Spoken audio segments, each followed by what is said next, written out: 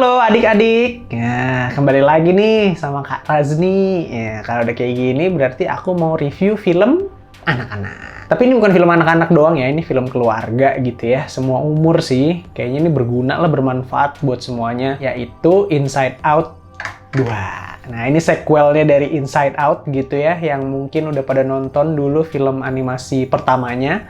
Tahun 2015 tuh aku waktu itu masih kuliah gitu ya. Kalau yang sebelumnya kan ada apa tuh Joy, Sadness, terus apa Angst ya, Angry, terus ada Fear sama Disgust gitu ya, 5 itu gitu. Nah sekarang tuh tambahannya ada 4 setengah sih, nanti ada spoilernya dikit gitu ya. Envy, ada Anxiety, nah ini yang fokus utamanya. Terus ada Embarrassment sama Ennui. Ennui ini mager gitu ya, bosen. Sutradaranya sama Kelsey Mann. Kelsey Mann ini tuh yang bikin, sebenarnya dia kayak supervisor ceritanya Monsters University. Nah itu juga gue suka banget tuh dulu tuh nonton itu, Monsters University. Selain Monsters Inc. ya coming of age gitu. Makanya yang di film yang kedua ini emang Inside Out 2 tuh fokus di karakter Riley-nya udah coming of age gitu, udah masuk usia remaja. Jadi makanya nambah tuh emosinya. Ceritanya emang soal Riley yang sekarang udah lulus SMP gitu ya, mau masuk SMA. Nah, dia sama 2 sahabatnya gitu dari SMP ini mau pisah gitu kan, mau pisah sekolah ternyata gitu. Nah, udah tuh perjalanan dia selama dia mau menemukan jati dirinya gitu ya, sehingga dia pengen punya teman baru di hockey camp itu. Dengan di situ ada idolanya juga, ada Val. Nah, makanya itu bikin ada konflik-konflik batin. Nah, karena ini filmnya soal emosi, emang konfliknya kebanyakan konflik batinnya Riley gitu. Idenya soal ada karakter baru nih emang jadi fresh banget gitu ya. Apalagi fokusnya di sini Anxiety. Diisi suaranya sama Maya Hawke. Maya Hawke nih anaknya Ethan Hawke sama siapa? Uma Thurman. Dengan adanya si Anxiety ini, jadinya ceritanya emang bener-bener nyeritain kayak kegelisahan anak-anak remaja gitu. Dan itu fokus di situ. Gue sukanya di situ. Dia nggak kemana-mana dan emang udah nggak bahas lagi soal keluarga. Cuma di awal doang sedikit gitu ya, ada bapak ibunya. Dan di akhir juga ada bapak ibunya.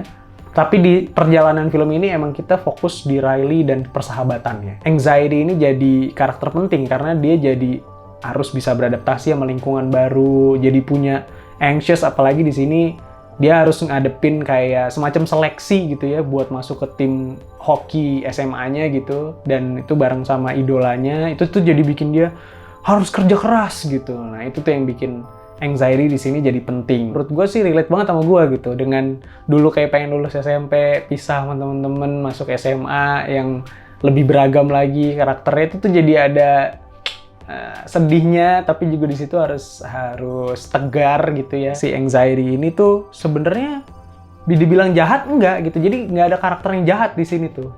Tapi Anxiety ini kalau nggak dikontrol, jadinya bisa bikin pengaruh buruk buat si Riley gitu. Jadinya dia bisa melakukan hal-hal yang buruk. Itu menarik karena dari dulu kita nggak ngeliat tuh waktu di film pertamanya ada karakter yang tendensinya jadi buruk kecuali Sadness ya gitu. Jadi ada irisannya nih. Anxiety itu mirip sama Fear, tapi Fear tuh dia kayak takut sama sesuatu yang udah kelihatan, misal kecoa atau apa gitu ya.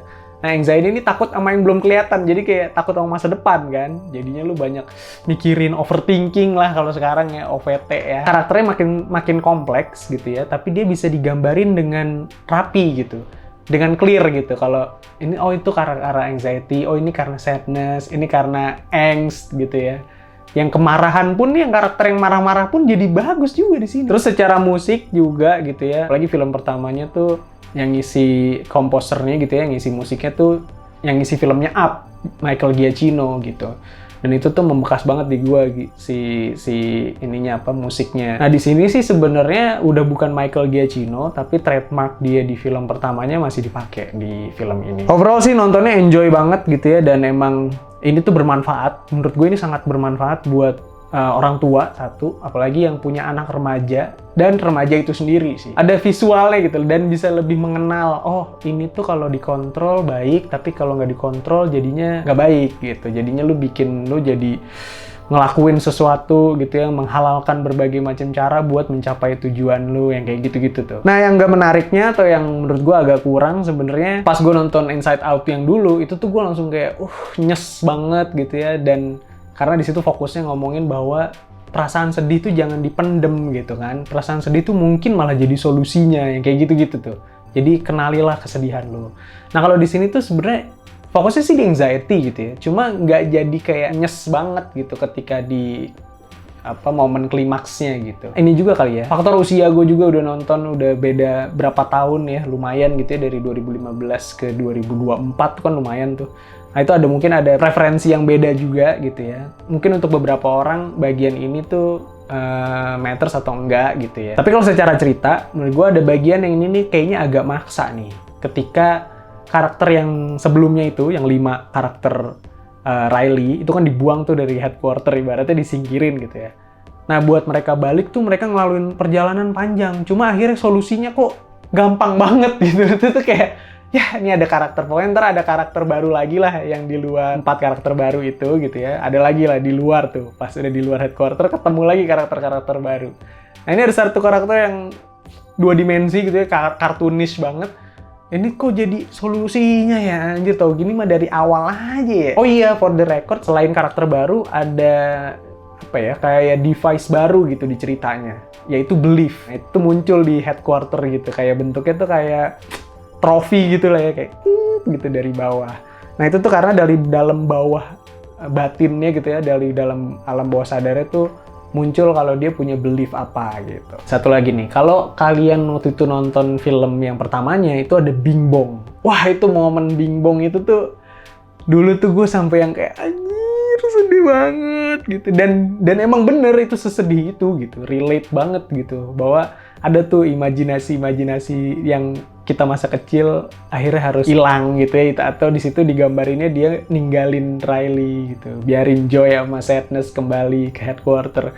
Nah kalau di sini tuh nggak ada adegan, jelas sih menurut gua adegan klimaksnya dari film ini bagus banget, dengan munculin anxiety dan Joy di sini akhirnya kembali bersama gitu ya. Dengan cara apa, nah itu coba kalian tonton, itu menurut gue bagus sih. Dan belief itu yang tadi gue sempat bilang, belief itu akhirnya berubah gitu. Seiring pertumbuhan kita nih sebagai manusia, kita punya kepercayaan tuh berubah gitu. Dari yang mungkin kita dulu kepercayaannya apa gitu ya, tapi semakin kita ngenalin emosi itu, jadinya kita semakin lengkap gitu, semakin bisa memahami diri kita. Itu kayaknya itunya tuh pesannya di situ. Makanya pas gue baca-baca gitu ya, gambaran baik buruk ini tuh nggak ada gitu. Sebenarnya emosi yang baik buruk tuh nggak ada gitu. Yang ada tuh kita bisa menaker emosi itu dengan pas apa enggak. Anxiety gitu ya, overthinking, ketika ditakerin dengan pas, itu jadinya kita bikin kita tuh jadi punya motivasi gitu kan. Bangun pagi, kerja keras karena kita takut gitu kan. Kalau nggak kerja keras jadinya ntar sia-sia apapun yang diperjuangin gitu-gitu kan. Karena ada psikolog yang ikutan riset buat film ini, namanya Lisa Damer, itu bilang gitu kalau Riley is a good friend and sometimes she's cruel gitu ya. Riley is honest and sometimes she does the wrong thing. Buat memahami itu akhirnya ya, this is to help people acknowledge their feelings, that they're perfectly worthy and valuable human beings gitu. Bahwa kita tuh kayaknya nggak yang baik terus kok gitu, dan harus sadar bahwa itu tuh bener gitu. Ada juga sisi yang ibaratnya buruk, tapi bukan buruk kalau kita nakerinnya pas. Karena manusia selalu ada 2 sisi itu, gitu. Bagus sih kata gue. Itu satu adegan yang menurut gue oke banget. Satu lagi tuh yang pas berangkat ke camp hoki, ya itu kocak tuh. Disgust, ini pertama kali nih kayaknya gue ngeliat Disgust punya pengaruh sebesar ini di film Inside Out gitu ya. Karakter Disgust ini tuh kayak bisa ngelihat ini bohong nih temennya nih, ada yang tutupin nih gitu, cuma dari ngeliat alisnya gitu ya. Terus dibales sama temennya, wah nih Riley nih kayaknya punya ini nih di headquarter. Temennya tuh kayak Disgust-nya temennya kayak, wah Riley nih bohong nih gitu, kayak kocak banget. Gitu guys, nah dari gue skornya gitu ya, yang kalian tunggu-tunggu nih ya buat nonton Inside Out 2. Itu 8,5. Lengkap gitu ya, ngomongin soal emosi, ngomongin soal coming of age, ngomongin soal keluarga, dan juga persahabatan udah pasti gitu. Dan mencoba mengenal diri sendiri, itu yang paling penting gitu. Si film ini tuh kalau lo nonton, dan nonton lagi, pasti lo akan belajar bahwa, wah iya ya, manusia tuh nggak bisa cuma baik doang, tapi juga nggak bisa yang dicap buruk gitu. Enggak, pasti ada 2 sisi itu yang gimana mencoba mengontrol emosi-emosi ini biar seimbang gitu. Oke, gitu aja ya. Jangan lupa buat nonton review-review yang lainnya, konten-konten Cinecrip juga gitu ya. Join Discord kita biar ngobrolnya lebih banyak di situ, lebih deep. Sampai ketemu di review-review dan konten selanjutnya. Aku Kakak Razni pamit. Ciao!